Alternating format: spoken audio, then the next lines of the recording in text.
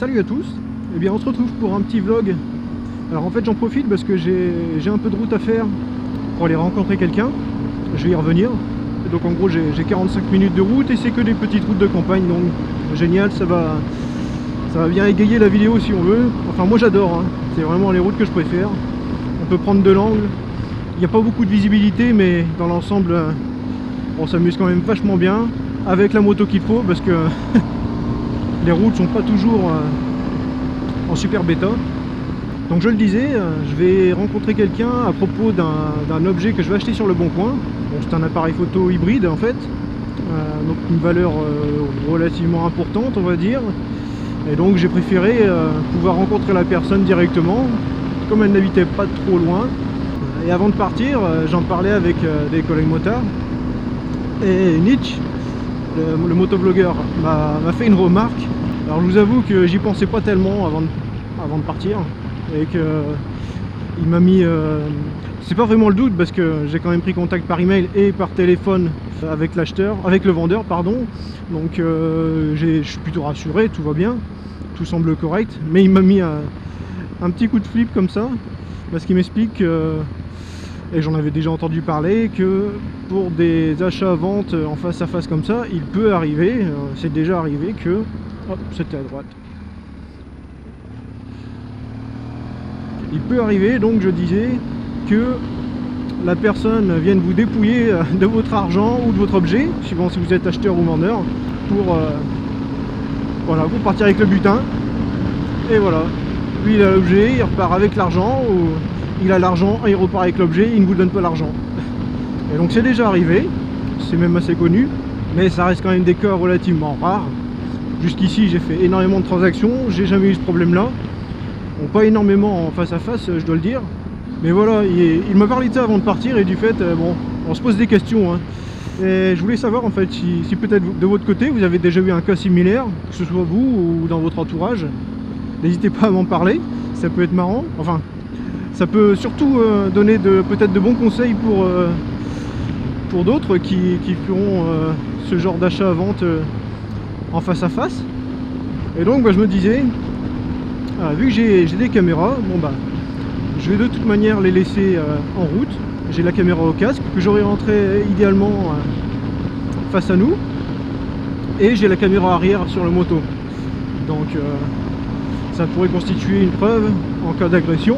Et puis bon bah je pensais aux gants, parce qu'évidemment bon j'ai des gants coquets, et bon comme vous le savez il suffit d'une frappe avec ça et je pense que vous mettez le gars KO si vous savez viser.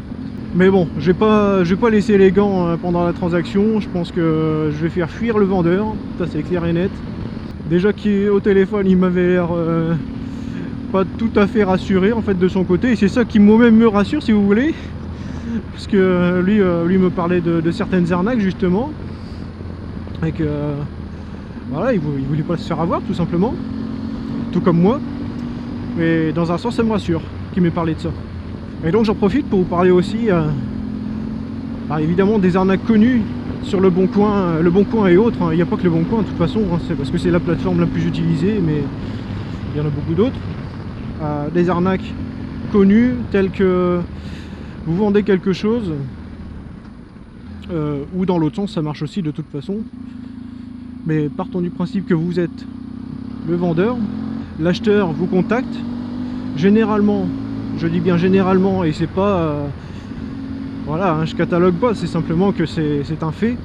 Ces personnes sont souvent de Côte d'Ivoire, etc. Donc du continent africain, et vous parlent de problèmes familiaux, machin, et que ils vous paieront les frais supplémentaires occasionnés par une livraison à l'étranger, ou bien des frais importants qu'il y aurait en payant par PayPal. Et en fait, ce qui va se passer, c'est tout bête, on en a beaucoup parlé aux informations, c'est très connu, c'est que ces personnes vont vous demander de livrer votre colis à une adresse en France, et elle va vous régler soi-disant par PayPal. Vous allez recevoir un email de PayPal, j'y reviens ensuite, qui vous informe que vous avez bien l'argent qui est sur votre compte, machin, et donc vous êtes en confiance, vous dites l'argent est là, je peux envoyer le colis, j'ai plus aucune crainte à avoir. Sauf qu'en réalité, l'argent n'est jamais arrivé sur votre compte. Et pour ça, il y a quelque chose de très très simple pour le voir. Malheureusement, beaucoup de personnes se font encore avoir. Et c'est malheureux, mais il suffit de vous rendre sur Internet Explorer, Google Chrome, etc. Votre navigateur Internet. Vous tapez dans la barre de recherche PayPal. Vous allez vous-même en fait manuellement sur le site PayPal. Et en vous connectant, votre nom d'utilisateur, votre mot de passe. Je précise qu'il ne faut jamais rentrer ce genre de choses en cliquant sur un lien par email. Genre si cette personne effectivement vous envoie un email marqué PayPal machin, ne cliquez jamais dessus parce que tout ce qui pourra être écrit sur cette page sera éventuellement récupérable par cette personne, frauduleusement donc. Donc je le disais, vous passez manuellement sur votre compte PayPal en faisant vous-même la recherche. Et là, vous allez vous rendre compte, en fait, tout bêtement, que l'argent n'est jamais arrivé sur votre compte. Parce que vous êtes sur votre vrai compte PayPal.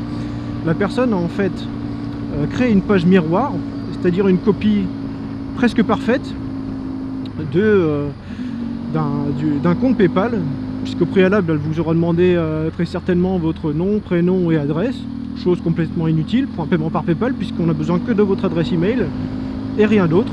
C'est d'ailleurs tout l'intérêt. C'est un paiement sécurisé.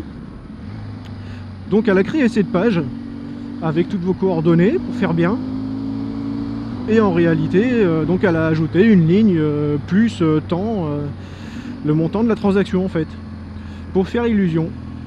Et donc c'est tout bête, mais encore beaucoup de personnes se font avoir par ça et c'est bien dommage. Donc voilà, petit rappel. Et puis si ça vous est déjà arrivé, parlez-en. Plus on communique là-dessus, moins l'arnaque sera efficace. Donc voilà, en fait, tout en vous parlant, finalement, je suis déjà arrivé sur les lieux. J'avais même pas vu le nom de la ville. Et donc ici, je dois chercher une mairie. Voilà, je vais chercher la mairie et puis je vous reprendrai certainement après la transaction. Allez, à tout à l'heure. Bon, et bien voilà, la transaction est faite. Je vais faire court. L'appareil est en parfait état, comme convenu. La transaction s'est faite devant la mairie de la ville. Bon, c'est une toute petite ville, mais il y avait quelques personnes présentes.